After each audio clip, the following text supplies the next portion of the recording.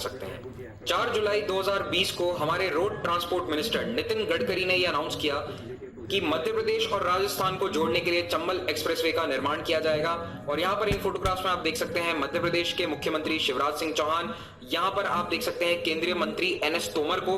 आप लोग मुझे कमेंट में बताएंगे कि एनएस तोमर किस विभाग के और किस स्तर के मंत्री हैं, यानी कि इज ही स्टेट मिनिस्टर या फिर डेप्यूटी मिनिस्टर, जो भी इनका पद है एग्जैक्टली मुझे कमेंट में बताइए। और ये है भाजपा के नए नए राज्यसभा सांसद ज्योतिरादित्य सिंधिया। तो चंबल एक्सप्रेसवे एक 6 लेन एक्सप्रेसवे बनेगा और इसका नाम इसलिए दिया गया है क्योंकि ये चंबल नदी के किनारे बनाया जाएगा। It will be right along side the Chambal river और ये 3 स्टेट्स को कनेक्ट करेगा, मध्य प्रदेश, उत्तर प्रदेश और राजस्थान। और यहाँ पर कनेक्टिविटी कैसे होगी ये आपको आगे मैं मैप के थ्रू समझाऊंगा। इस पूरे प्रोजेक्ट की कॉस्ट है 8,250 करोड़ रुपए। तो अब इस पर काम शुरू हो जाएगा और उम्मीद करी जा रही है कि 3 या 4 साल के अंदर अंदर ये काम पूरा हो जाएगा। अब देखिए सबसे पहले चंबल नदी को।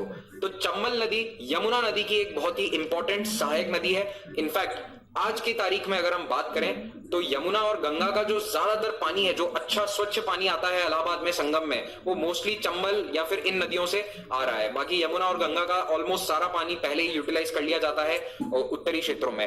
तो चंबल रिवर बहुत ही इंपॉर्टेंट है। It is one of the least polluted major rivers of India. इस मैप में आप देख सकते हैं कि कैसे चंबल नदी मध्य प्रदेश और राजस्थान का बॉर्डर बनाती है और यहाँ पर यूपी और मध्य प्रदेश का भी बॉर्डर बनाती है कुछ दूरी के लिए।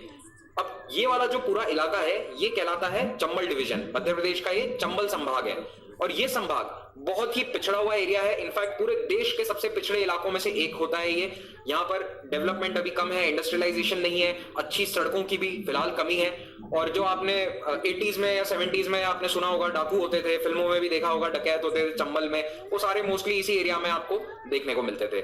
तो ये वाला जो एरिया है इसमें डेवलपमेंट तेजी से हो, इसीलिए चंबल नदी के किनारे यहाँ पर भिंड से मुरैना और आगे शिवपुर जिले से होते हुए राजस्थान में कोटा तक ये हाईवे बनाया जाएगा। अब ये जो मैंने लाइन खींची है ये अप्रोक्सीमेट है क्योंकि अभी एग्जैक्ट नक्शा आया नहीं है। जब लैंड एक्विजिशन होगा और पूरी डीपीआर बनेगी तब एग्जैक्ट हमें नक्शा मालूम पड़ेगा, बट रफली यही होने वाला है। सरकार पहले ही कह चुकी है चंबल नदी के किनारे किनारे होगा और जिले हमें पता ही है।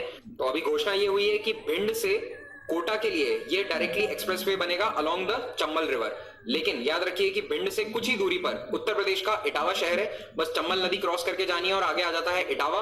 और ये इटावा इसलिए इंपॉर्टेंट है क्योंकि ये अगेन दिल्ली से कोलकाता का जो गोल्डन क्वाड्रिलैटरल है उस पर आता है और इससे कनेक्टिविटी मिल जाएगी गोल्डन क्वाड्रिलैटरल की। आगे आपको कुछ मैप्स बताऊंगा, उसमें आपको और अच्छे से समझ में आ जाएगा।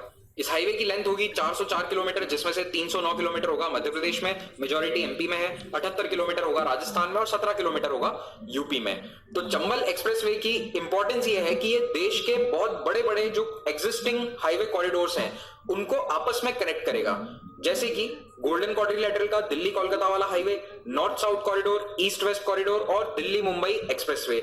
और साथ ही साथ हमें यूपी से राजस्थान पहुंचने के लिए यानी कानपुर से कोटा पहुंचने के लिए एक ऑल्टरनेट रास्ता भी मिल जाएगा apart from the east west corridor. इसको आप ऐसे समझिए, ये मैप है, ये इसमें गोल्डन क्वाड्रिलैटरल नजर आ रहा है। आई एम श्योर आप सभी को गोल्डन क्वाड्रिलैटरल क्या है ये पता होगा, मुझे समझाने की जरूरत नहीं है।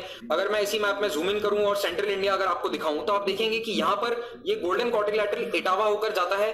तो इटावा से कोटा के लिए डायरेक्ट कनेक्टिविटी हो जाएगी एक्सप्रेसवे की। और इसी क्षेत्र में एक और हाईवे जा रहा है, वो है ईस्ट वेस्ट कॉरिडोर। तो इस मैप में थोड़ा और ज्यादा क्लियर है। आप देखिए यहाँ पर जो ग्रीन कलर में आपको रोड नजर आ रहा है, this is the east west corridor. तो अब ईस्ट वेस्ट कॉरिडोर के अलावा एक और कनेक्टिविटी हो जाएगी अगर राजस्थान जाना है फ्रॉम यूपी। तो पहले केवल ये एक मेजर हाईवे था, मान लो कभी बारिश में इस रोड को डैमेज हो जाता है या फिर कुछ और ब्लॉकेज हो जाता है, प्रोटेस्ट हो रहा है, धरना हो रहा है, ये सब होता रहता है भारत में। तो ऐसे में एक ऑल्टरनेट रूट होना बहुत ही जरूरी है। फिर एक और हाईवे है ये वाला रेड कलर में जो आपको नजर आ रहा है, this is the north south corridor. और यहाँ पर ये जो ऑरेंज कलर का रोड नजर आ रहा है ये अगेन गोल्डन क्वाड्रिलैटरल है, दिल्ली से मुंबई वाला। और ये भी गोल्डन क्वाड्रिलैटरल है, दिल्ली से कोलकाता वाला। तो यहाँ पर है इटावा, तो इटावा से कनेक्टिविटी वाया मुरैना सीधा कोटा। तो ये एक्सप्रेसवे आप समझ सकते हैं कि एक सेंट्रल इंडिया के अंदर इंपॉर्टेंट लिंक दे रहा है, कनेक्टिविटी दे रहा है। सरकार ने ये कहा है अभी कि इस हाईवे की जो कॉस्ट है उसमें 1000 करोड़ रुपए हम बचाएंगे, टैक्स एग्जेम्पशंस दिए जाएंगे।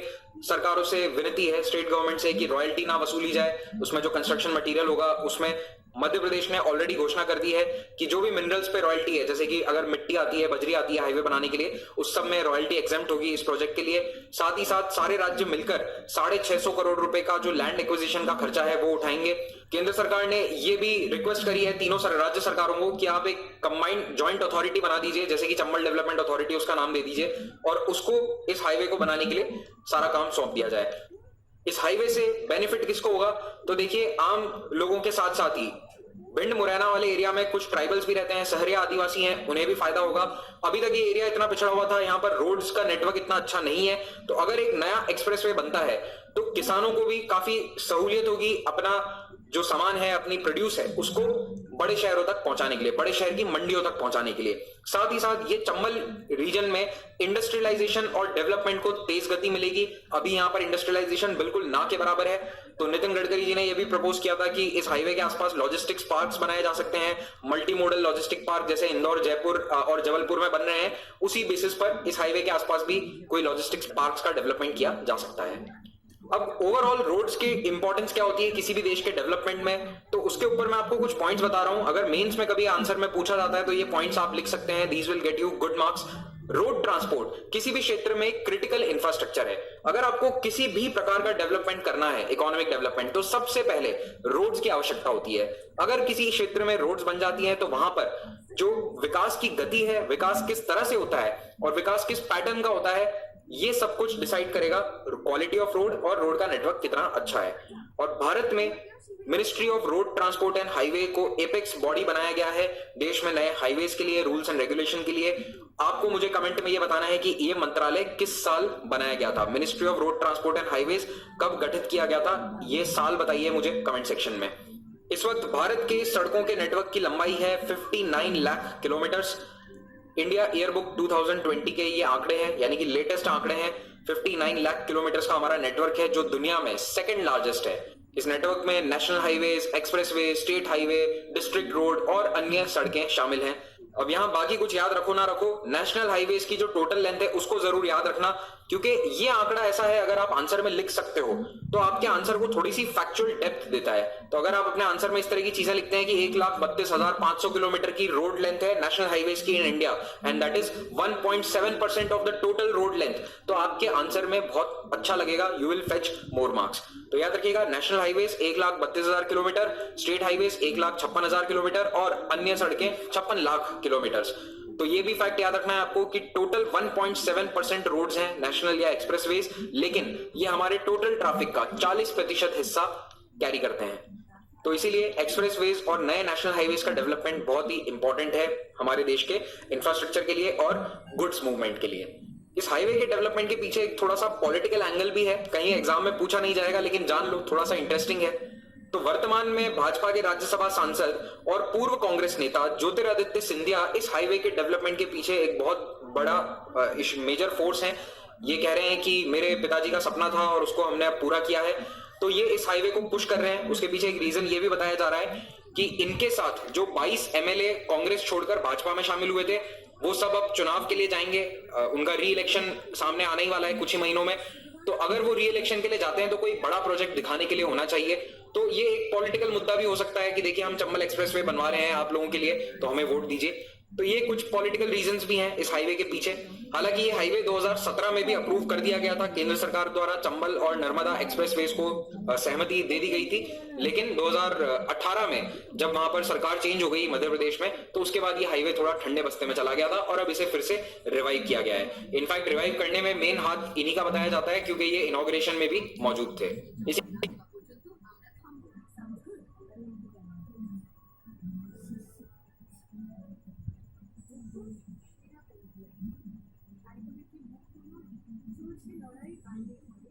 শিশুগুলো ধুয়েছিলি? না না